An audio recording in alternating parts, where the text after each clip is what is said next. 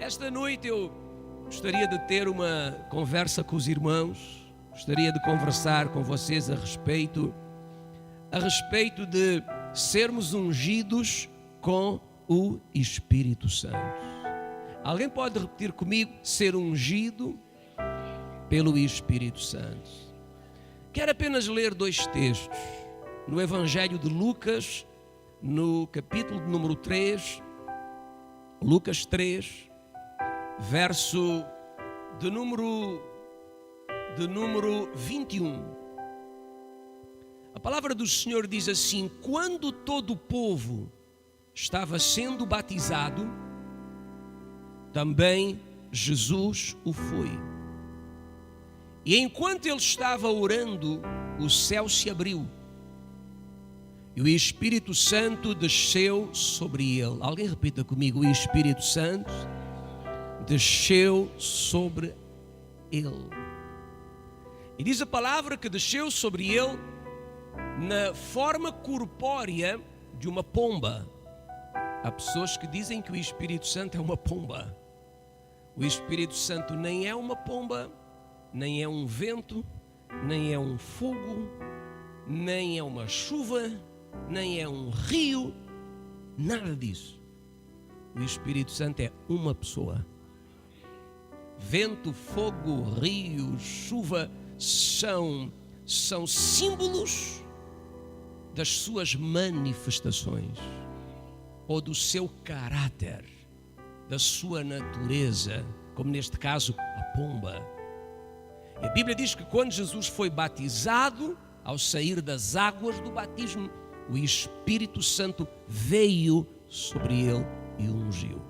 Aliás, o mesmo Espírito Santo que está vindo sobre nós esta noite para nos ungir de uma nova maneira.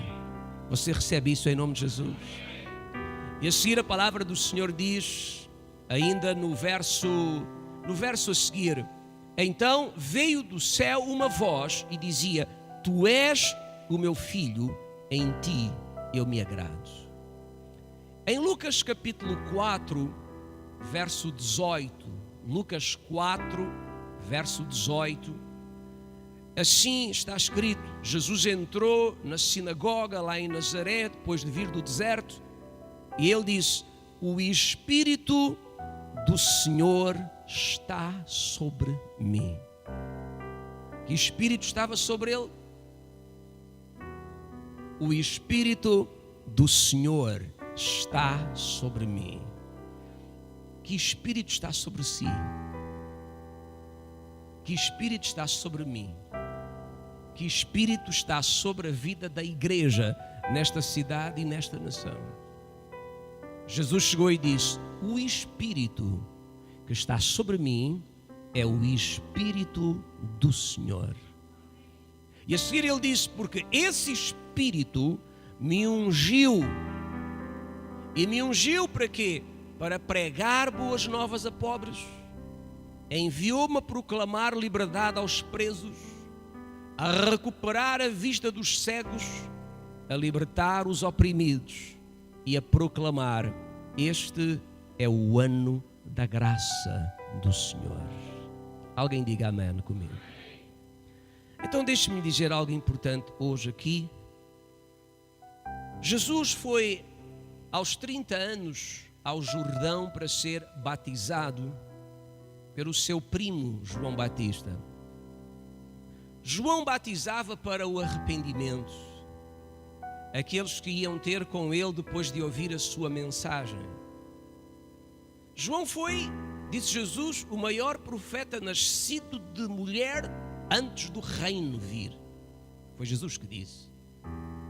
Depois do reino chegar, através de Jesus, qualquer um de nós aqui, cheio do Espírito Santo, nascido de novo, é maior que João. Bem, foi o que Jesus disse, mas pronto.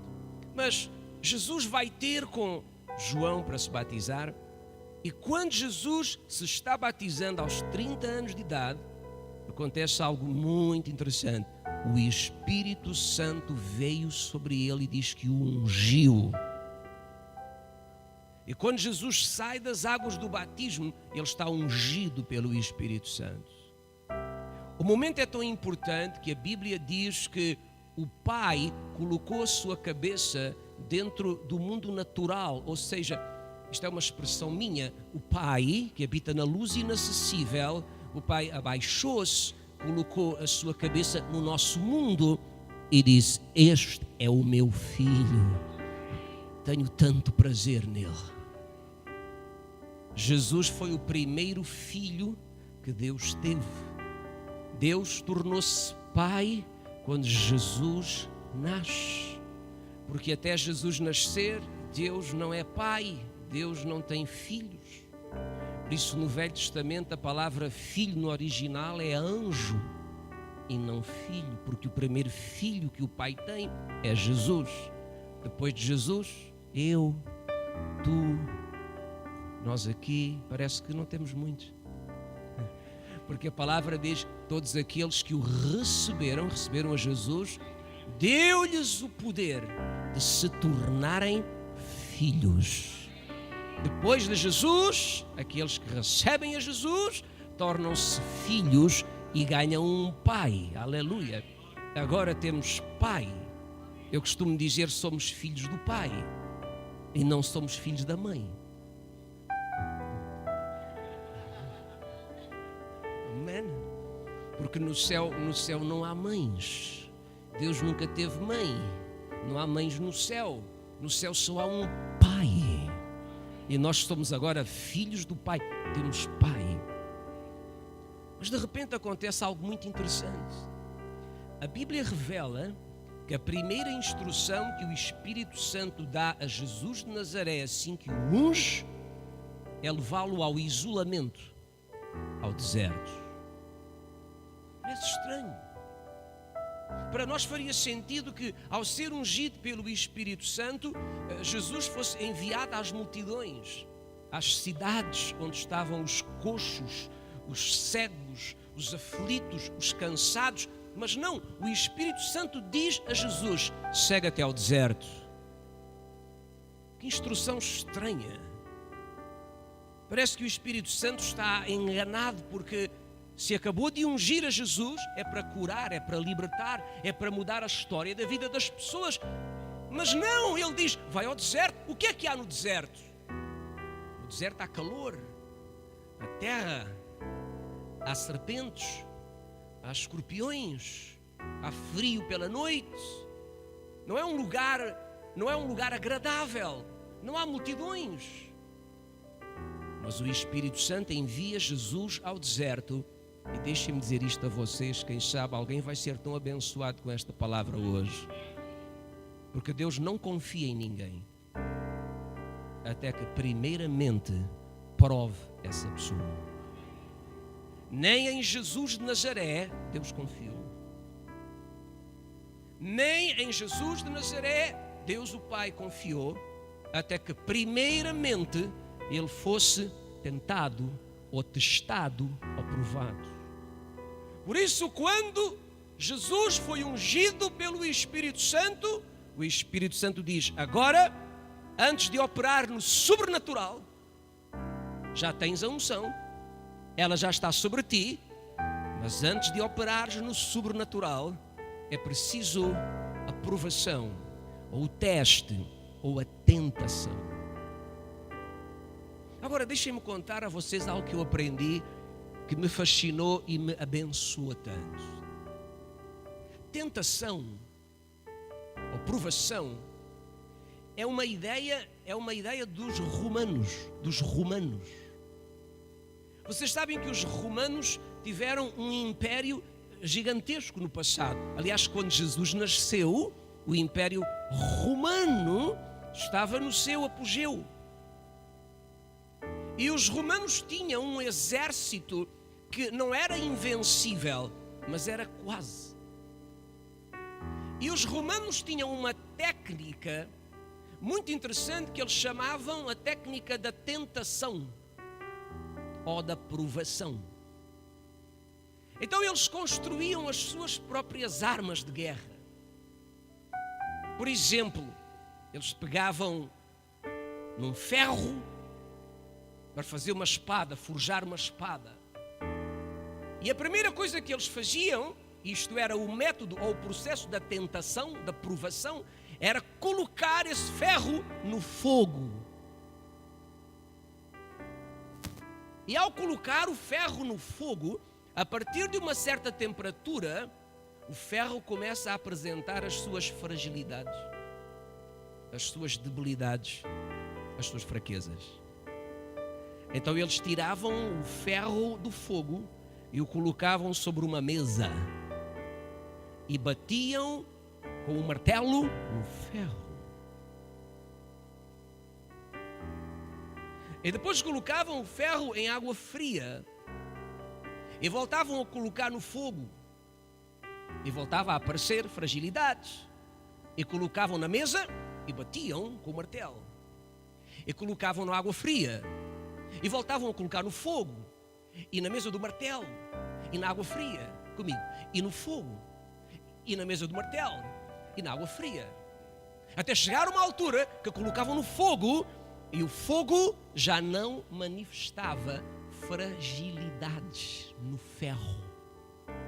O ferro havia adquirido uma densidade tão grande que estava pronto para ser usado na batalha.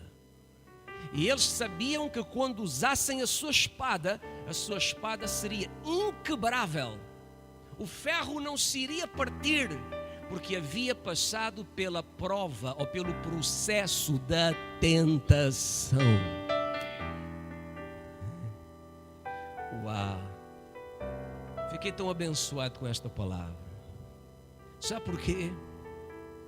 Porque há alturas da nossa vida em que vai tudo bem, é uma maravilha, e nós clamamos e dizemos: Pai, nós queremos mais unção. Disse aqui o apóstolo: não estou satisfeito. Eu também não. Queremos mais da tua unção, queremos o sobrenatural. Sim, o Senhor começa a enviar a unção, começa a enviar o sobrenatural, a ungir a nossa vida. E depois diz: ok, então vamos em frente. Vamos colocá-lo no fogo.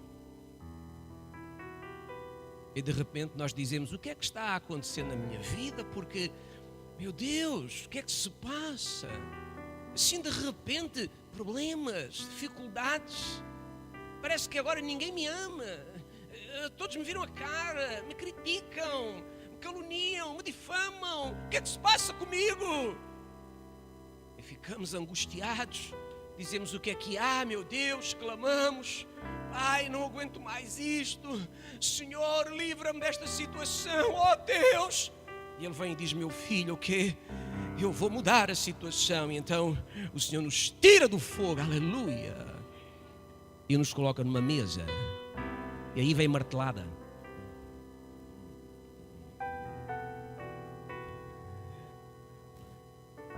O que é que me está a acontecer, Pai? Não estou a aguentar tanto. O que é que se passa? E o Senhor vem e diz: meu filho, não te preocupes, eu estou no controle, eu estou no comando, vou tirar-te desta situação. Água fria. Já passou por isso. E depois sai da água fria e volta ao fogo outra vez. E sai do fogo, vai à mesa do martelo. E depois vai à água fria. E quantos de nós andamos durante períodos da nossa vida saltando entre o fogo, a mesa do martelo e a água fria? E pensamos: onde está o Senhor? Onde estão as promessas? Onde está a unção? Onde está o sobrenatural? Está dentro de ti. Apenas estás no tempo da provação, no tempo da tentação, no tempo de passar pelo fogo, para que se manifestem as fraquezas, as debilidades, para que o martelo do Pai nos dê densidade e a água fria nos dê têmpera, para que depois possamos ser usados no sobrenatural de Deus e Deus tenha a certeza de que pode confiar em nós.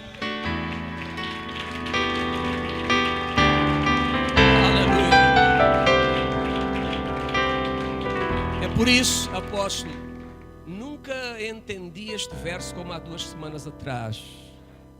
A Bíblia diz que Deus não nos deixará tentar acima das nossas forças, mas juntamente com a tentação nos dará um escape. E agora vem a parte estranha. Eu sempre achei que Deus dava um escape para nos livrar da tentação, para nos tirar da tentação. Não é isso que diz a palavra. Diz, Ele dará um escape para que possas continuar a aguentar com ela. É o que está lá. Para que possas suportá-la. Ou seja, quando nós não aguentamos mais o fogo, o Senhor diz, põe na mesa do martelo agora. Quando não aguentamos mais martelada, água fria. Quando não aguentamos mais água fria, fogo. É um processo. Aqueles que querem o sobrenatural, aqueles que querem a unção, aqueles que querem fazer a diferença, não sabem aonde se meteram. Ai, Jesus Cristo. Deixem-me dizer a vocês aqui, não contem a ninguém, por favor. Vocês não sabem onde eu me meti.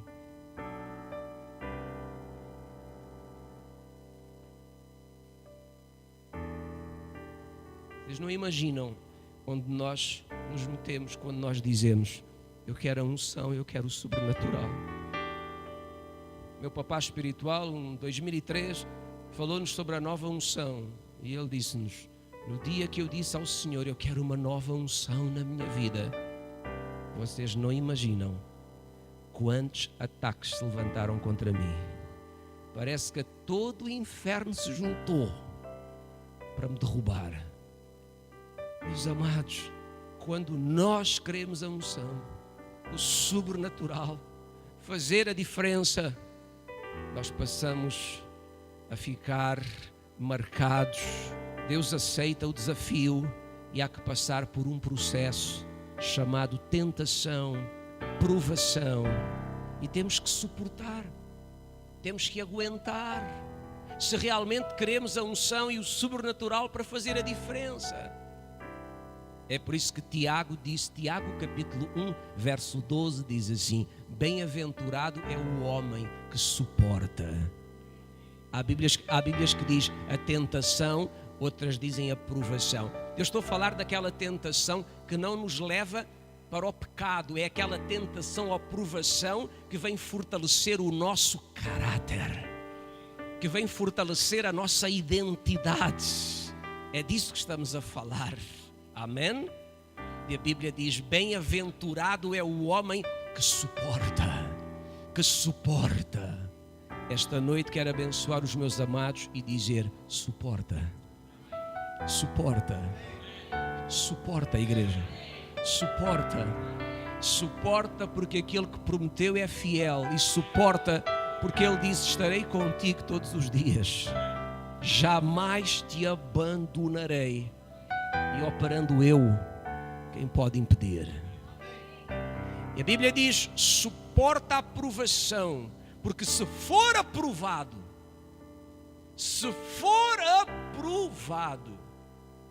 e deixem-me dizer, sabem aqueles tempos em que a gente está no fogo e salta para a mesa do martelo e apanha martelada a todos os lados? Estão comigo? Alguém sabe o que é isso? E salta para a água fria, e sabe, você clama, você ora, e parece que o céu está em silêncio. E muitas vezes você quer ouvir alguém que passe na sua vida e lhe dê uma palavra. Você quer que passe um profeta, alguém que ouça o Espírito e o abrace e o anime e lhe dê uma palavra, e parece que é nessas alturas que não aparece ninguém. Tem havido momentos na minha vida em que eu fico à espera que alguém traga uma palavra e não vem ninguém. E por vezes, quando está tudo bem, de vento em popa, é quando eles aparecem. Oh, aleluia! O Senhor vai te abençoar grandemente, aleluia! Estou vendo, bispo, que você vai se alargar. Amém. Por que é que você não veio no dia difícil? Por que é que não apareceu no dia da minha lágrima, da dor da minha alma? Por que é que não veio no dia em que eu me senti só? Então alguém me disse, lembra-se quando você estava na escola? lembro. Dia em que o professor não falava era dia de teste. Se fosse dia de aula, nós, os alunos, estávamos calados. O professor falava. Mas no dia que o professor ficava calado, era sinal que era dia de prova, dia de testes. Ele entrega os testes, tudo em silêncio, e ele também.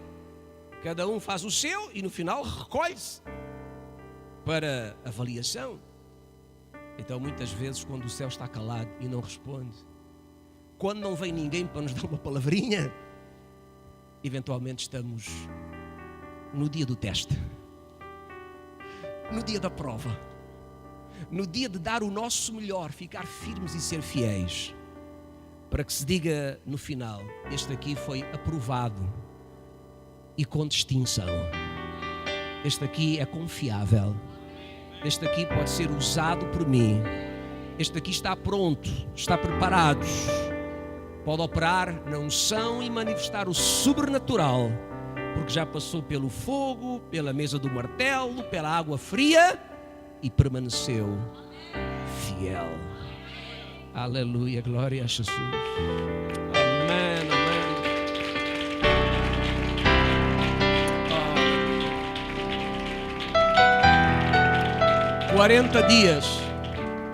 40 dias passou Jesus sozinho.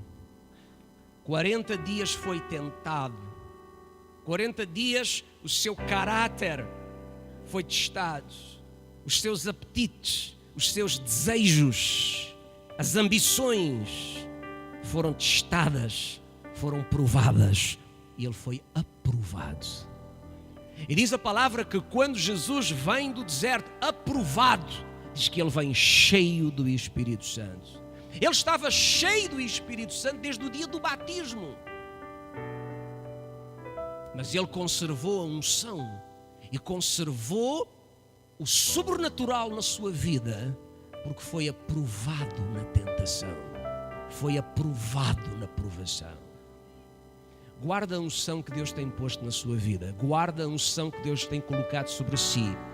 O tempo que tu podes viver agora pode ser considerado o tempo da tentação ou da provação.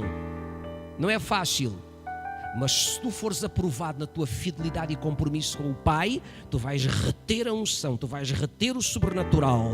E quando passar este tempo de teste, a unção vai se manifestar e tu vais operar nela e vais fazer diferença para o reino na vida das pessoas que estão à tua volta, em nome de Jesus.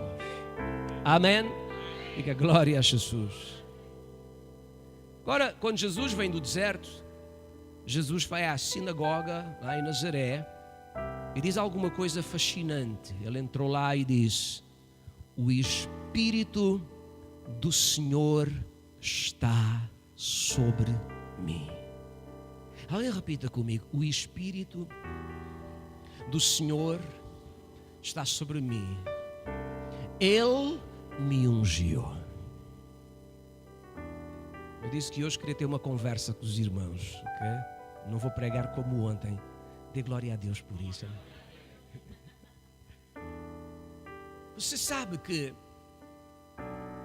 o Espírito que nós permitimos que venha sobre nós é esse Espírito que nos unge. O Espírito que nós permitimos que venha sobre nós e que permaneça sobre nós é esse Espírito que nos unge. Eu não sei que Espírito está ungindo a sua vida. Você sabe o que significa ungir? A palavra ungir significa besuntar. Alguém aqui é do tempo da banha da cobra? Não. Não são? Eu sou assim tão velho? Quando eu era chiquito, eu ia com a minha avó ao mercado e sempre havia à porta do mercado em Faro pessoas que vendiam banha da cobra. Eram uns frasquinhos com uma substância, tipo um creme, que se dizia que curava tudo, até má língua. Banha da cobra. E ela comprava, a minha avó comprava banha da cobra. Tinha uma dor, ela se ungia de banha da cobra. Besuntava, esfregava no corpo. Sabe aquelas pomadas que se colocam no corpo e a pessoa esfrega, besunta o óleo, a pomada, o creme? Isso é ungir. A palavra ungir significa besuntar ou esfregar. Você está besuntado com o quê? Você tem esfregado a sua vida com que espírito? Jesus chegou naquele dia na sinagoga e disse: quem me besuntou, quem me esfregou, foi o Espírito do Senhor. E você sabe que quando você besunta ou esfrega o seu corpo com uma substância, as características dessa substância penetram na sua carne. Penetram na sua carne. É por isso que há gente que esfrega o corpo onde tem uma dor com uma pomada e os elementos ativos da pomada entram dentro da carne e começa a aliviar a dor. Porque a pessoa se ungiu com o creme, se besuntou com a pomada. Que espírito temos tolerado sobre nós? Estamos ungidos com o quê, amada igreja? Jesus naquele dia disse: o Espírito do Senhor foi quem me ungiu. Hoje aqui eu quero dizer aos irmãos, nós como igreja temos que acordar e perceber que o único Espírito que nos pode ungir é o Espírito do Senhor. Não queremos outro Espírito a ungir a nossa vida, porque o Espírito que nós permitimos que venha sobre nós e que permaneça sobre nós é esse Espírito que nos unge, que se esfrega, que se besunta em nós. E deixem-me dizer a vocês, eu acho que nós vivemos um tempo em que nós precisamos de jogar fora certas unções. Vocês lembram-se de um homem cego em Jericó? Lembram-se de um homem cego em Jericó? Nunca veio aqui ao Porto? Já? Um homem cego numa cidade chamada Jericó, que um dia soube que Jesus passava e gritou e disse: filho de Davi, tem misericórdia de mim. Atenção, filho de Davi, que palavra! Ele tinha visão de reino. Ele sabia que Jesus não era um profeta, que Jesus não era um religioso. Aliás, deixem-me dizer isto a vocês: Jesus só disse duas coisas a respeito dele próprio. Duas.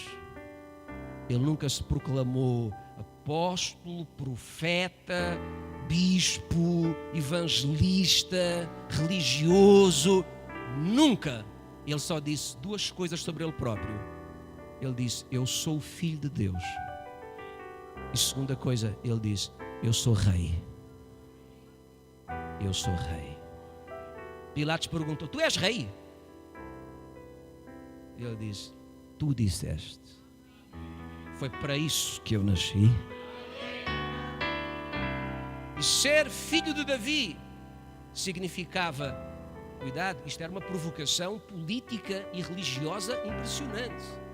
Chamar a Jesus filho de Davi significava: este aqui é o legítimo herdeiro do trono de Israel.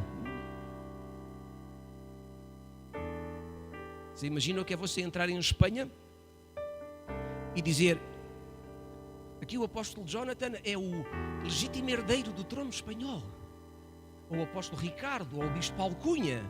Íamos presos.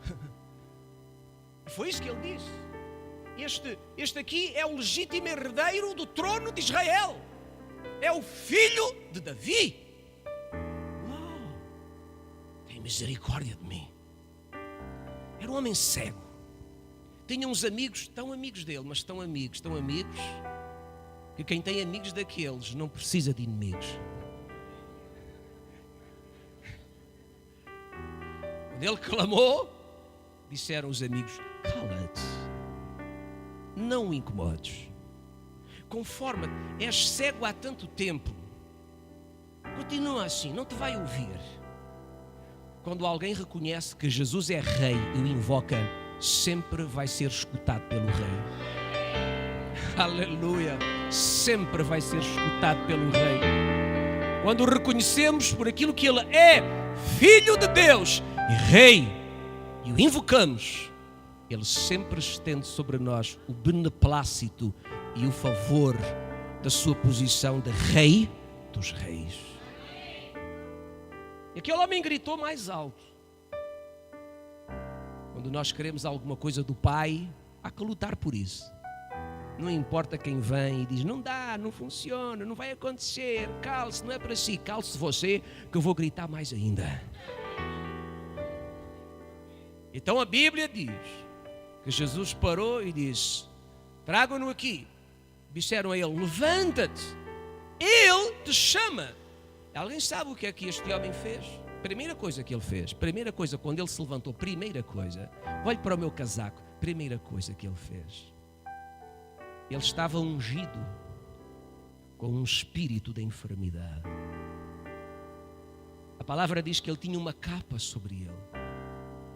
Naquela altura, naquela cultura, um homem que usava uma capa como aquela era um homem cego. A capa o identificava com a sua condição. Era cego. Mas a primeira coisa que aquele homem faz quando Jesus diz, tragam-no cá. Primeira coisa, eu vou remover da minha vida esta unção da enfermidade. Eu tenho estado besuntado com a cegueira. Eu tenho sido esfregado pela enfermidade das trevas e da escuridão dos olhos. Esta capa é o símbolo da unção que tem estado sobre mim, de modo que não preciso mais dela. Não a quero mais. Não é mais para mim. Oh, aleluia.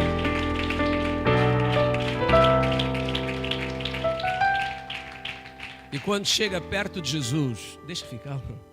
E quando chega perto, eu faço os meus teatros sozinho. E quando chega perto de Jesus, o mestre tem com cada pergunta. Jesus era tão irónico, como explicar, tão divertido. E quando ele chega, e é fácil reconhecer um cego, certo? Jesus diz, o que é que tu queres que eu te faça? Mas que pergunta é esta? Será que Jesus esperava que o homem dissesse, mestre, quero um cão guia?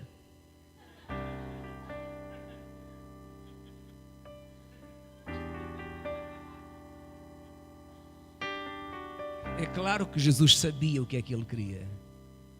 Mas a questão não é Deus saber o que tu queres. É tu saberes o que tu queres. É tu conheceres o teu propósito, o teu rumo. É tu conheceres aquilo que Deus tem para ti, o teu desígnio, a tua chamada. Essa é a questão. Deus sabe. Ele sabe tudo. Ele sabe o que tu queres, o que tem para ti. Ele sabe tudo. Tu sabes. Sabes o que é que tu queres. Sabes para que é que Ele te chamou? Sabes para que é que estás aqui? Eu podia contar-te, mas não te conto. Vai-te descobrir lá em casa. Orando ao Senhor e dizendo, Pai, estou aqui para quê? Nasci para quê? Vivo no Porto para quê? Qual é o sentido da minha vida? E Ele vai revelar-te por que razão. Tu estás nesta cidade, tu estás nesta igreja, tu estás servindo quem tu serves, ou em qualquer outra igreja servindo a outra pessoa. Deus vai te revelar o teu propósito, a tua chamada. E este é o tempo de jogar fora todas as capas que não nos servem mais, que não fazem parte do propósito para o qual Deus nos chamou. E vestirmos uma outra capa, a capa da unção do Espírito Santo. Eu escrevi umas quantas... o nome de algumas capas que eventualmente a gente possa ter. Deixe-me só anotar aqui para não me esquecer. Escrevi umas quantas. Por exemplo, eu escrevi o seguinte: há pessoas que elas estão ungidas com medo. O espírito que veio sobre elas é um espírito de medo, de desânimo. É uma capa. É tempo de nós jogarmos fora essa capa. e dizermos agora que em mim uns é o Espírito do Senhor, não mais o medo. Há pessoas ungidas pela mágoa, foram ofendidas, foram magoadas, e Satanás, o diabo, é burro, mas mesmo assim consegue por vezes nos enrolar. Serve-se de alguém para nos ofender, para nos magoar, para fazer alguma coisa que nos dói, porque ele sabe que quando alguém nos ofende e nos magoa, nós ficamos feridos. E a tendência é, em vez de perdoar, soltar a mágoa do coração, limpar da amargura e seguir em frente. Não. Aquilo que fazemos muitas vezes é, nós pegamos no pus da ferida e nos ungimos. A ferida deita pus, estamos ofendidos, magoados, pegamos naquele pus da infecção, da ferida, e nos besuntamos. A nossa cara fica feia. Cuidado, irmãs, rugas vão aparecer. As nossas palavras tornam-se amargas. Dentro da nossa casa, somos facilmente irritáveis, porque estamos ungidos com a amargura, com a mágoa. É tempo de jogar isso fora e dizer como Jesus disse naquele dia: o Espírito do Senhor é que está sobre mim, Ele é que me ungiu. Aleluia! Há pessoas ungidas de murmuração, falam mal dos outros e de si próprios. Eu conheço fãs da murmuração que não falam mal de ninguém, mas deles próprios arrasam-se a si mesmos. Também é murmuração. Murmuração significa falar baixinho, não é? É o que significa murmurar, falar baixinho. Mas a palavra identifica murmuração como queixume, como lamento. Aquela pessoa que vive permanentemente a lamentar-se, a queixar-se da vida, da sorte e sempre procurar culpados. Eu não estou melhor por causa do pastor, do apóstolo, do bispo, do cantor, do diácono, da alcatifa, do microfone. Ele sempre procura culpados para a sua frustração.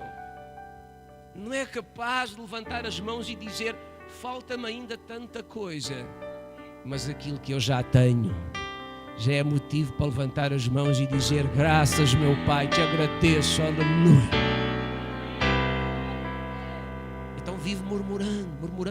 É uma unção. Há gente ungida de murmuração, de lamento. Há gente ungida de desânimo. Há gente ungida de revolta.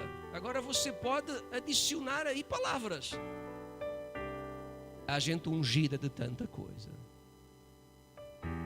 Esta agora, desculpem lá dizer, há gente ungida. Não vou olhar para ninguém para ficarem a pensar: está a falar para mim. Vou olhar para o chão. Há gente ungida hoje de imoralidade. Está todo esfregado, besuntado de imoralidade. É uma vida tão suja, tão imoral, com tanto pecado, tanta indignidade. Meus amados, isso não agrada ao Senhor. Sede santos como eu sou santo. A gente ungida de imoralidade. A vida é um nojo tão grande. Este é o tempo de jogar todas estas capas fora. Todas as capas, sejam quais forem as capas, que não tenham a marca nem o selo da unção, é para jogar fora e para receber uma nova capa, a capa da unção.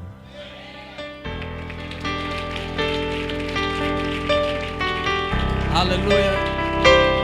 A capa da unção. Vocês sabem quem era o profeta que tinha uma capa? Claro que vocês sabem, só não se estão a lembrar. Era Elias. Elias era o profeta com capa. E a capa de Elias simbolizava a unção na vida dele. E você sabe que Elias usava a sua capa para fazer sinais. Simbolizava a unção. Até que um dia houve alguém que quis aquela capa. Houve alguém que disse a ele: eu quero porção dobrada do teu Espírito sobre mim. Algumas pessoas dizem que Eliseu queria o dobro da unção. A unção vezes 2. Vou-lhe dar outro entendimento, você escolhe qual você quer.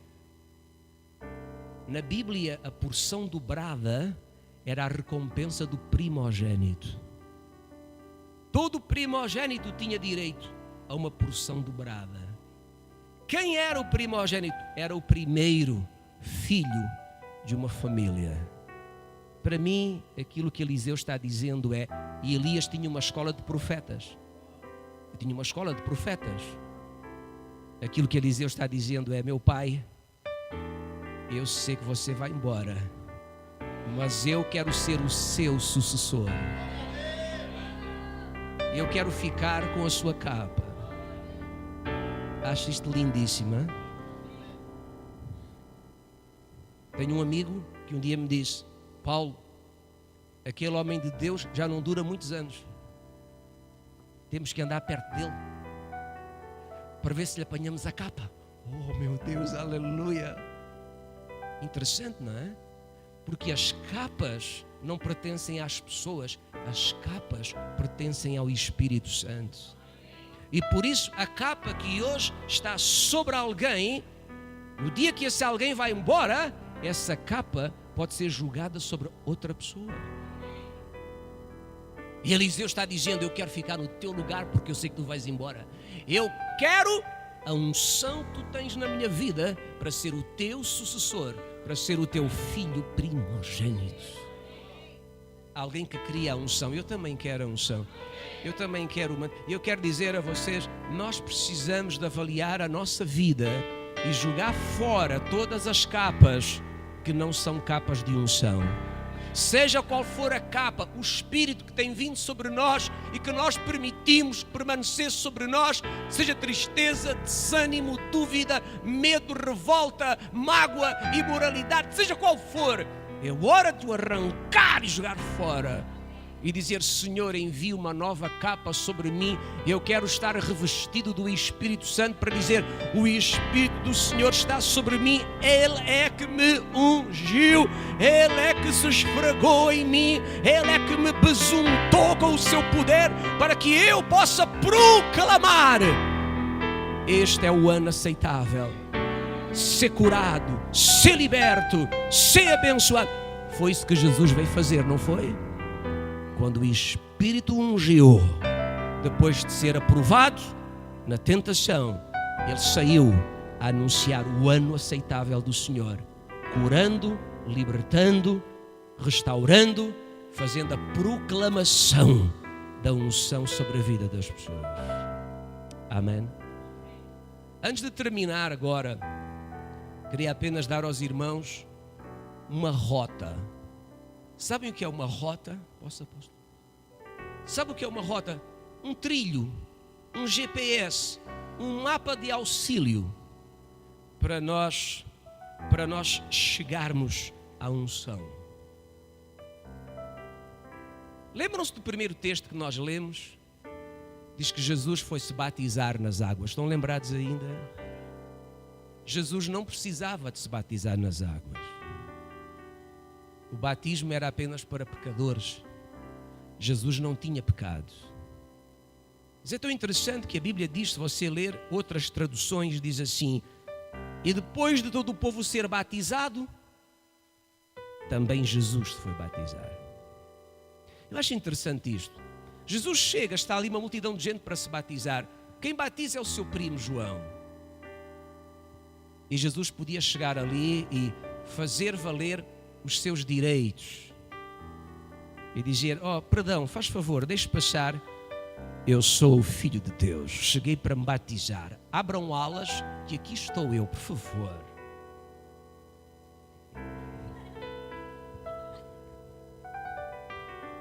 Desinfeta o caminho. Primeira trilha para a unção. Primeira. Você quer a unção? Quer uma nova capa? Um novo manto? Não corra atrás de títulos. Não corra atrás de posições. Não corra atrás de lugares. Corra atrás da presença do Pai na sua vida. Jesus não chegou àquele lugar dizendo: eu sou o tal, amigos, eu sou o tal, eu sou o cara, sou eu. Esse cara sou eu, hein? Sou eu.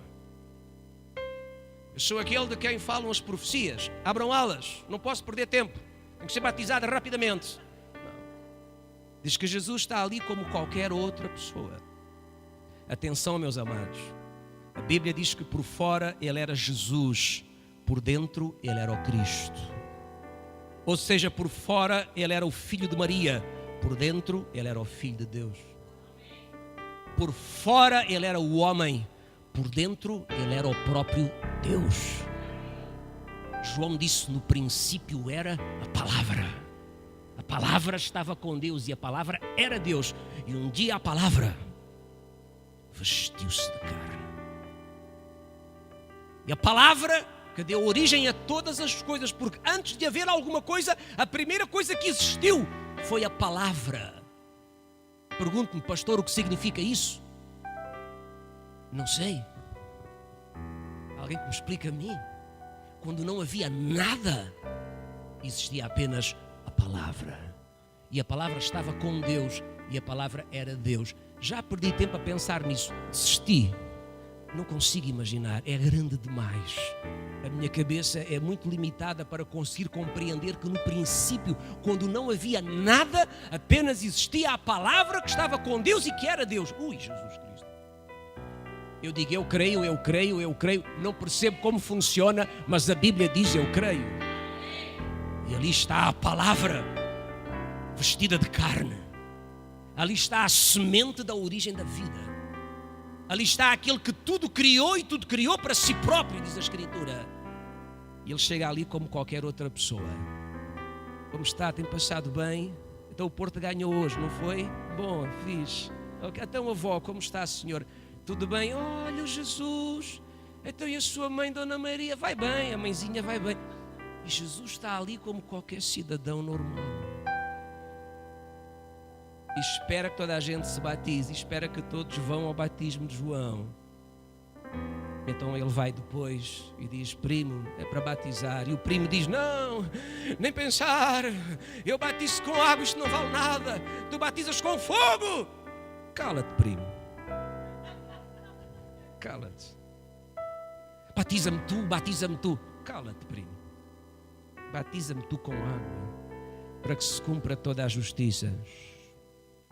Não faças ondas. Não é para correr atrás de títulos, de cargos, de posições. É para correr atrás do Pai, da presença dEle. Eu sei que isto não acontece no Porto, só acontece em Faro, nos Algarves. Pastor, vou embora aqui da sua igreja, vou para outra. É sério. Oh, meu amado, vamos conversar. Olha, no final do mês, nós o consagramos ou ao pastor, ou ao evangelista, ou até a Pai de Nosso Senhor Jesus Cristo. Você escolhe. Oh, pastor, pensando bem, estou a sentir algo da parte do Senhor para ficar.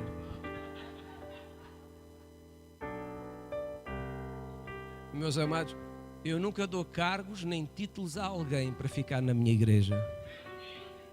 Ou a gente está na casa do Senhor porque ama a presença do Senhor e sabe qual é o nosso lugar, ou então vai comprar títulos, vai comprar cargos, vai comprar posições. Aquilo que tem que mover o nosso coração não é cargos, não é títulos, não é posições, é servir ao Senhor. Servir ao Senhor.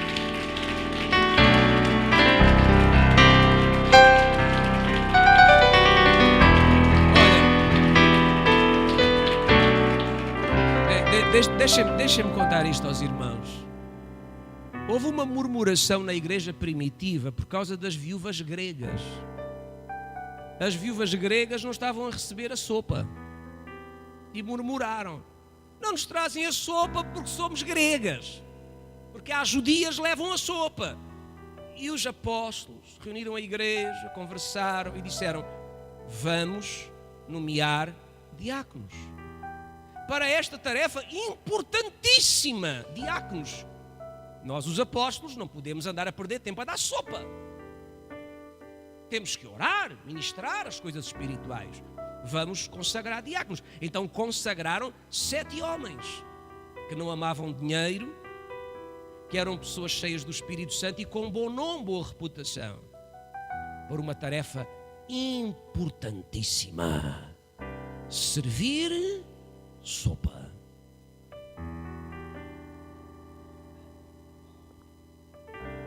E um dia, meu Deus, tem que me calar, não é? E um dia aconteceu algo interessante, sabe? Quando Jesus foi embora, Jesus disse: ide por todo o mundo, pregai o evangelho a toda a criatura. Conhecem o texto, não é? E aqueles discípulos abençoados pensaram: todo o mundo é Jerusalém.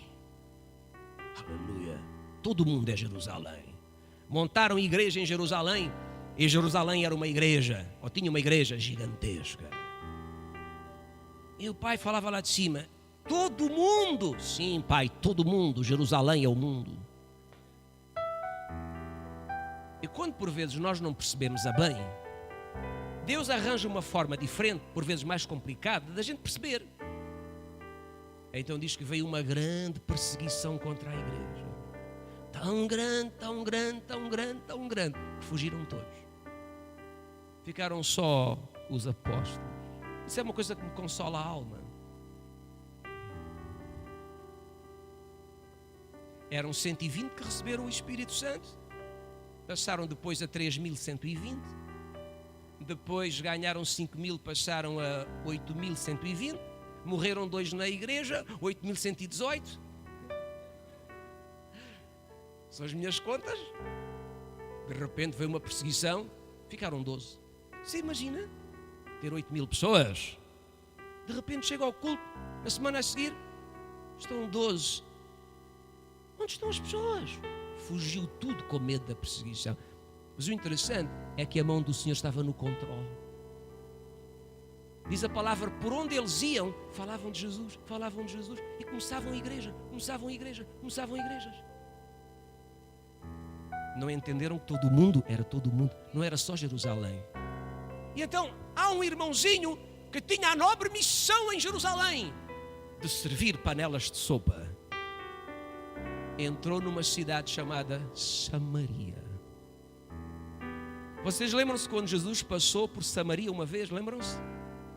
Os samaritanos olharam e disseram: este aqui não entra, este aqui não queremos. E rejeitaram Jesus. Os discípulos cheios de fé. E eu acho interessante como por vezes a rapaziada tem mais fé para o mal do que para o bem. Disseram a Jesus: mestre, queres que façamos uma oração para que caia fogo do céu e os mate a todos? Uau! E citaram a Bíblia. Elias também fez isso, está escrito. Não tiveram uma vez fé para libertar uma criança oprimida por demónios, mas tinham fé para mandar cair fogo do céu e matar toda a gente. Uau! E Jesus disse: vocês não sabem que espírito vos untou vocês. Que espírito vos ungiu? Eu não vim matar gente, eu vim salvar pessoas. Em Samaria, Jesus foi rejeitado. Atenção, Jesus foi rejeitado em Samaria. Passado algum tempo, um diácono, não tinha título nem de bispo, nem de apóstolo, nem de pastor, nem de profeta, nem de vice-cristo, nem pai do Senhor, coisa nenhuma. Era só diácono da sopa.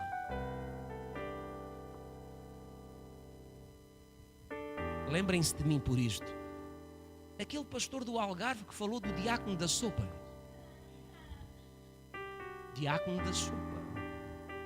Entrou em Samaria, a cidade que havia rejeitado a Jesus. E quando lá chegou, diz, anunciava a eles o Jesus que eles haviam rejeitado antes. E diz, e as multidões ouviam o que ele dizia e se convertiam ao evangelho que o diácono da sopa anunciava. Diz a palavra que o diácono da sopa punha as mãos nos enfermos e eles eram curados. diz que os demónios se manifestavam com urros e ele os expulsava. Como os demónios obedecem ao diácono da sopa? Talvez porque nunca foi uma pessoa que correu atrás de títulos, posições, privilégios, cargos. Quem sabe alguém que corria atrás da presença do Pai, atrás da presença do Senhor.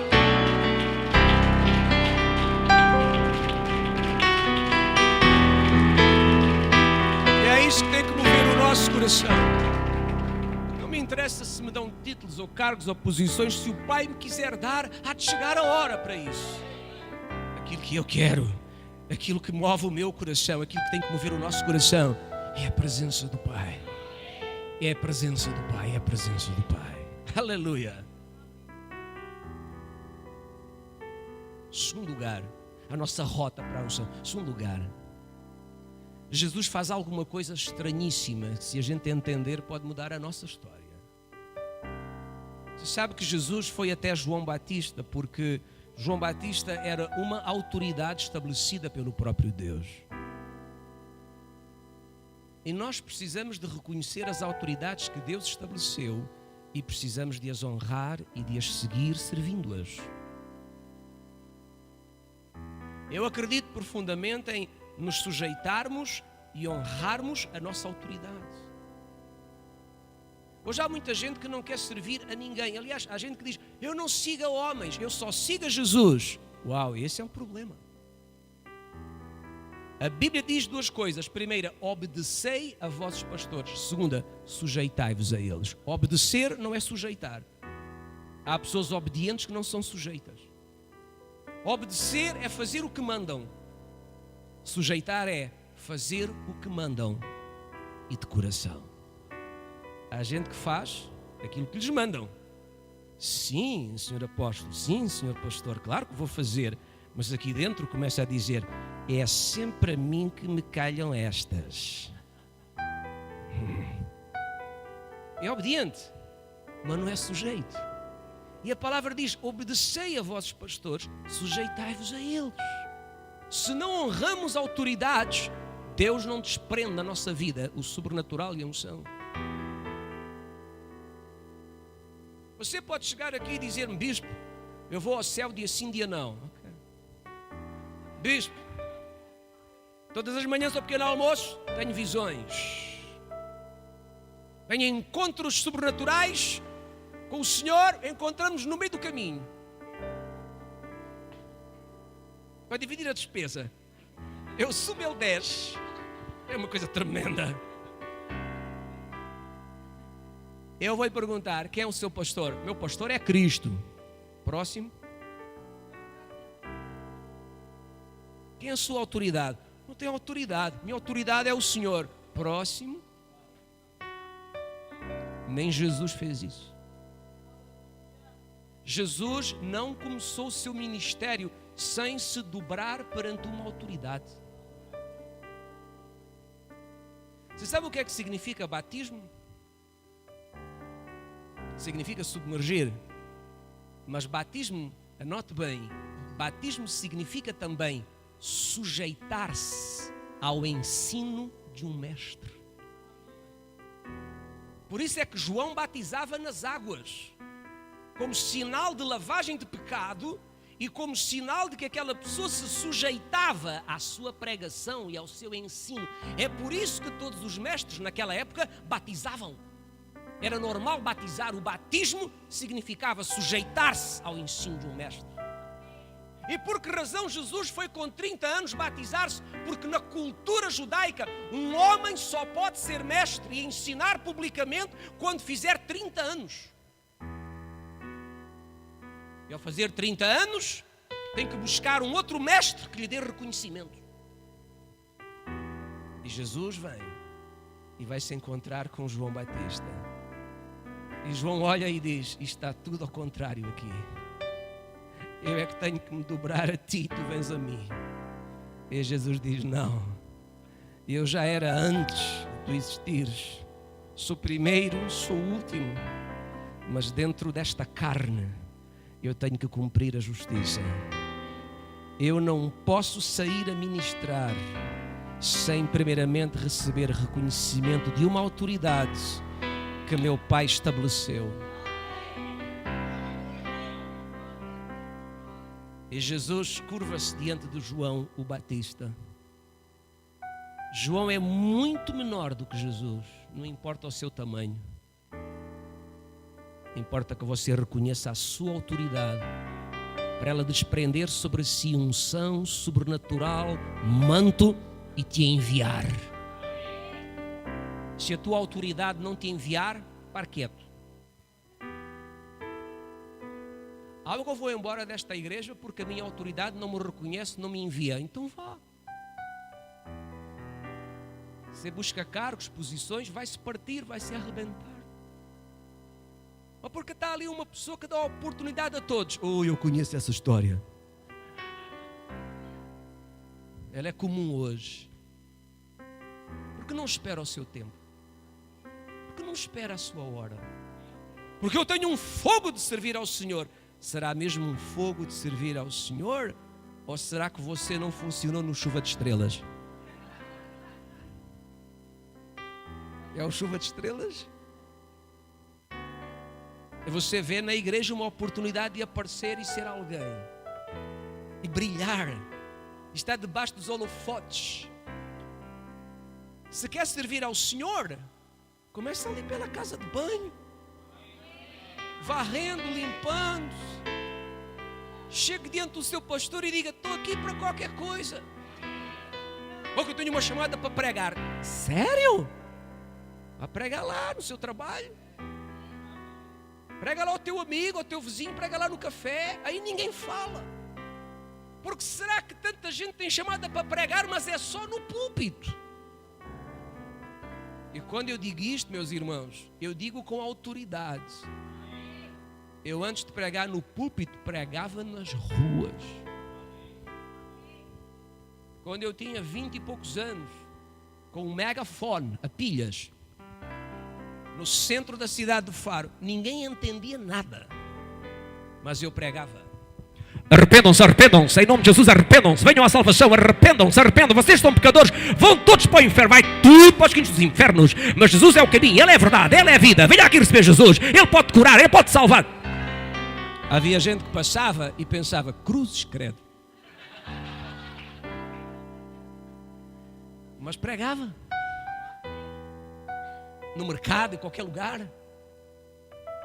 E por que será que hoje tanta gente só tem chamada a pregar no púlpito? Nunca ganhou uma alma para Jesus, nem o vizinho sabe que ele é cristão. Faz-me lembrar o outro soldado americano enviado, não sei se para o Iraque, para o Afeganistão. A igreja orou: Pai, Tu vais guardá-lo e protegê-lo, a Tua bênção vai com ele. E ele foi, quando voltou, foi uma festa e deu testemunho: amados, nada me aconteceu, aleluia, o Senhor me guardou e me protegeu. Era bomba de um lado, era bomba do outro, e não morri, estou aqui inteiro.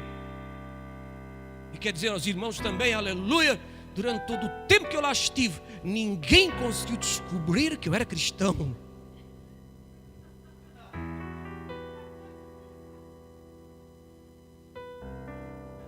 Será que ele era mesmo? Eu acho que quando nós somos, é fácil as pessoas descobrirem que nós somos. Jesus sujeitou-se a uma autoridade estabelecida.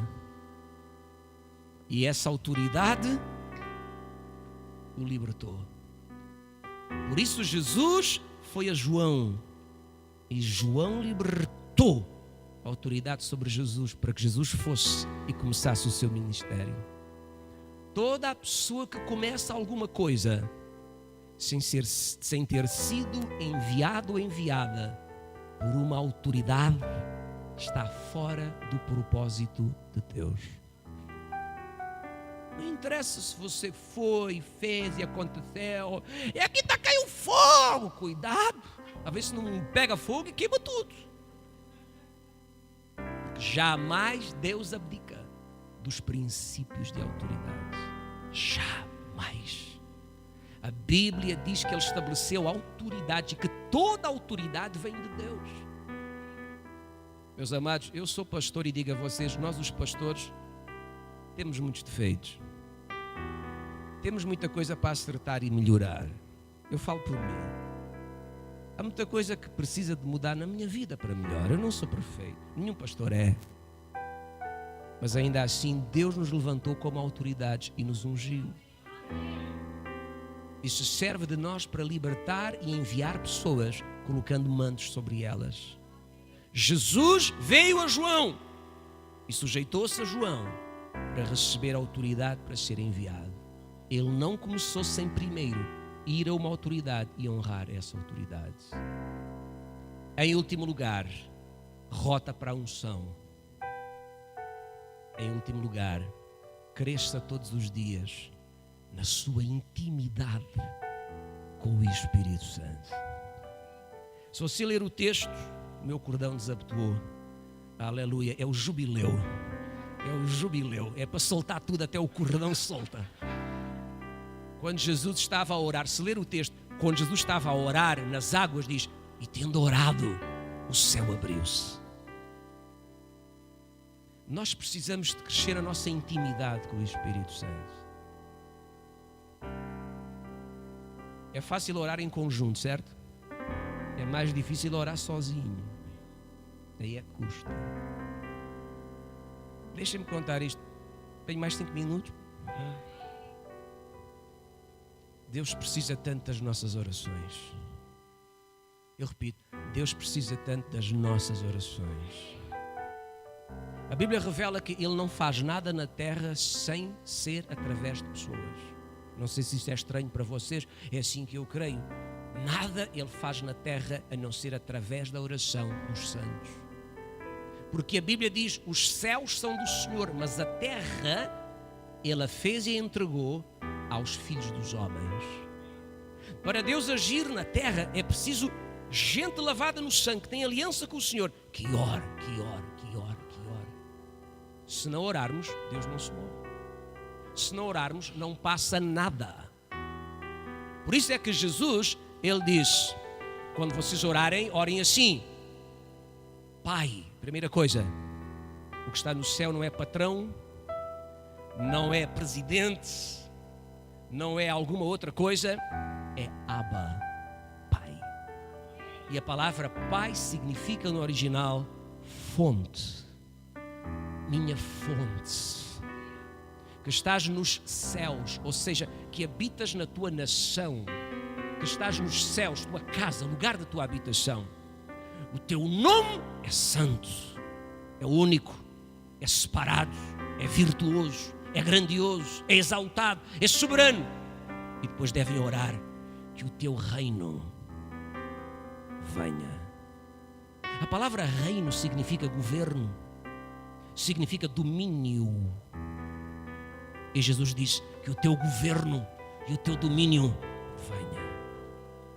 Se nós não orarmos para que venha o governo e o domínio do Pai a esta terra, vai permanecer por todo lugar o governo e o domínio do príncipe das trevas. A seguir Jesus diz: e orem também para que a tua vontade feita no céu seja feita aqui na terra.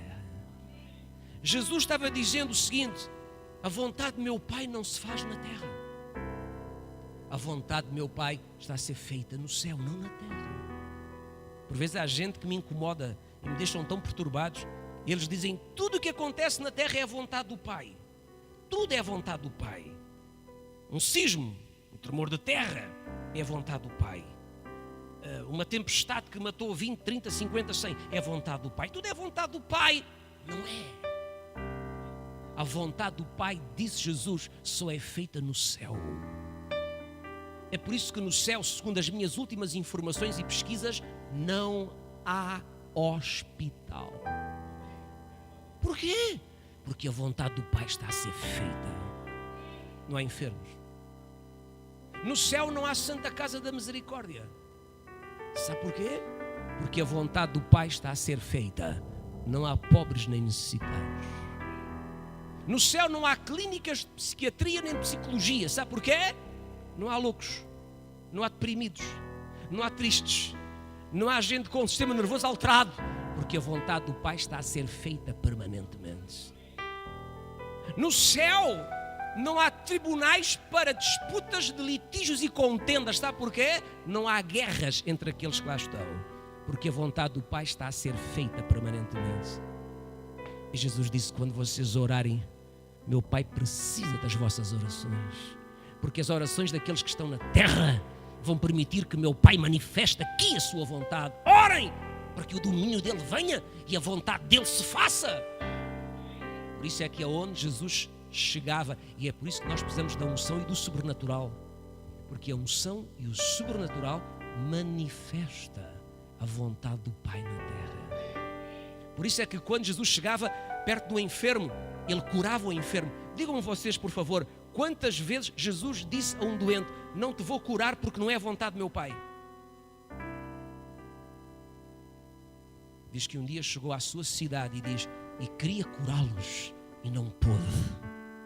Ele queria e não pôde, porque eles não acreditavam.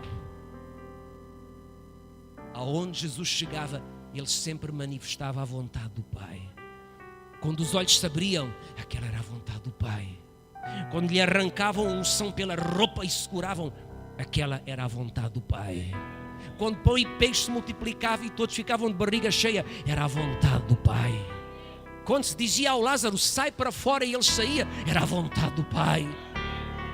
E Jesus diz: orem, por favor, orem, para que a vontade do meu Pai feita no céu seja feita aqui na terra. E para que isso aconteça, além de orar, a gente tem que ter intimidade com o Espírito Santo. Quem tem a unção, quem move o sobrenatural, é o Espírito Santo. Quem foi que ungiu a Jesus? O Espírito Santo. Para quê? Para que ele pudesse operar no sobrenatural. Então, meus amados, este é o nosso tempo de jogar fora todas as capas que nos ungem ou que nos besuntam de algum espírito que só serve ao diabo, não serve ao reino, nem ao irmão, nem à irmã, nem ao mundo. O mundo precisa de nós. Eu repito, o mundo precisa de nós. Eu não odeio o mundo. Eu amo o mundo. Depende do mundo, claro. O mundo das pessoas. O mundo dos seres humanos. Você não ama o mundo dos seres humanos? Não. É fácil olhar e dizer: olha essa gente imunda, pecadores. Sabe qual é o problema? Estão oprimidos. Há uma cegueira nas suas vidas. Muitos deles são frustrados, vazios, tristes. Muitos daqueles que nós condenamos por fazerem coisas horrorosas são apenas pessoas completamente estraçalhadas, com vidas rebentadas.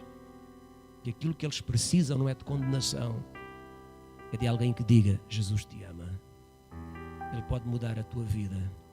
Ele pode mudar a tua história. Precisam de ser amados. Quem tem que os amar? A igreja. É por isso que Jesus foi tão condenado, porque ele amava essas pessoas. Digam-me honestamente, por favor, eu vou-me calar já rapidamente, dentro de 3 horas ou 4, mais ou menos. Digam-me sinceramente, quantas vezes Jesus ofendeu um pecador? Quantas vezes Jesus teve uma palavra dura com um pecador? Agora digam-me, quantas vezes Jesus teve palavras duras com os donos da verdade, com os religiosos? Quantas vezes Jesus disse a um pecador: seu sepulcro caiado? Nunca. Mas aqueles que vestiam aquelas fatiotas bonitas e que passavam com os seus títulos engravatados, como eu, com as suas honrarias: eu sou o tal, beijai a mão. Hipócritas. E Jesus dizia: por fora caiado, por dentro é só podridão. E aos pecadores, ele chegava e não os condenava, ele os amava. E quando ele os amava, chocava-os. Não me consigo calar. Há uma história a mim que é fantástica. Há um homem numa cidade chamada Zaqueu que roubou a cidade toda. toda, roubou a cidade toda. Batia à porta das pessoas. O imposto era 10, ele dizia, é 100, 100, é 100, e pagas. Enriqueceu através do roubo pelos impostos para Roma, e era um judeu, em Jericó. Um dia quis conhecer Jesus, porque a gente pode ter todo o dinheiro do mundo, mas isso não preenche o nosso coração. E lá em cima daquela figueirinha, bem escondido, e figueiras são árvores boas para a gente se esconder, certo? Adão escondeu-se numa figueira, não foi? O Natanael orava debaixo da figueira, não foi? E o Zaqueu escondido na figueira. Jesus chega, olha para cima e diz, bandido, ladrão, vigarista, roubaste a cidade, desce daí que vou puxar a orelha. Zaqueu, deixa daí, hoje vou ficar hospedado lá na sua casa. Como? Hospedado na casa do maior bandido da cidade. É chocante, não é? Eu repito, é chocante. Se você me visse entrar na casa do maior bandido da cidade, você pensaria, o pastor vai evangelizá-lo. Eu finjo que acredito. E Jesus entrou e diz, e aquela multidão que veio com ele ficou à porta. Jesus ficou lá em casa comendo com ele e a multidão à porta criticando. Mas este é o Filho de Deus e não sabe que este homem é um grande pecador, é um ladrão, é um publicano, cobra impostos injustamente, mas ele não sabe, ele é profeta e não sabe, mas que profeta é este? Que homem de Deus é este? E criticaram a noite toda. E Jesus, sentado à mesa com Zaqueu, nunca o acusou. Sentou-se à mesa, comeu com ele, honrou aquele homem, o amou. E de repente o poder do amor constrangeu a Zaqueu. Começou a ficar incomodado. A comida não passava aqui no gargalo. Ele diz, mestre, tenho uma coisa a dizer. Diga, Zaqueu, diga. Mestre, metade da minha fortuna vou dar aos pobres. Está indo bem. E tenho que fazer aí umas contas, porque eu tenho a impressão que me enganei. Se eu por acaso defraudei a alguém, mais sabia ele. Se eu defraudei a alguém, Senhor, eu vou restituir 4 vezes. Sabe porquê 4 vezes? Porque ele até conhecia as leis de Deus. Porque as leis diziam, as leis de Moisés, por cada ovelha roubada, devolves 4. E por cada boi roubado, devolves 5. Nós, os pastores, temos direito a 5. Porque os bois são os que servem, não é? As ovelhas é o povo. Não foi o que Paulo disse, não é? O quê? Ele sabia que tinha roubado as ovelhas do Senhor. Por isso ele diz, eu vou restituir 4 vezes. E Jesus diz, uau! A salvação chegou hoje a esta casa. Este também é filho de Abraão. Amados, Jesus não condena o homem. Amor. E o amor manifestado por Jesus fez com que a vontade do Pai se manifestasse ali. Agora, apóstolo, se eu imaginar, quando Zaqueu foi bater de porta em porta, devolvendo 4 vezes, a turma dizia, claro, eu sabia, quando Jesus entrou na casa dele, eu percebi logo, Jesus ia mudá-lo. Por vezes as pessoas não são coerentes, não é? Eu acho que muitos deviam dizer assim, olha Zaqueu, eu levo o dinheiro, não vou receber, porque eu passei a noite à porta da sua casa a criticar Jesus, porque entrou na sua casa. Para ser coerente com o que eu fiz, leve, mas não. A malta fala, mas na hora de receber,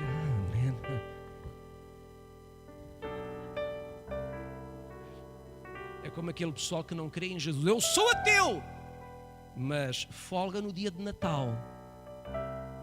Esqueça. Vou terminar. É tempo de jogar fora todas as capas que não interessam e dizer que venha sobre mim o Espírito do Senhor. Oh, aleluia! Aleluia! Vamos ficar em pé, igreja. Vamos ficar em pé em nome de Jesus. Obrigado por você me ter escutado hoje. Esta era a palavra que o Pai pôs no meu coração para partilhar consigo e semeá-la dentro de si hoje. Antes de terminar, quantos amados irmãos e irmãs querem que o Pai os ajude a receber uma nova unção nas suas vidas, a serem revestidos da unção do Espírito Santo? Não sei quantos podem dizer assim: pastor, há capas que eu preciso tirar para que venha sobre mim uma nova capa, um novo manto, para que eu possa dizer: o Espírito do Senhor está sobre mim, Ele me ungiu. Querem orar comigo esta oração? Quem quer orar esta oração, chega até aqui à frente. Venha, por favor, 5 minutos eu prometo, e vamos orar juntos na presença do Senhor.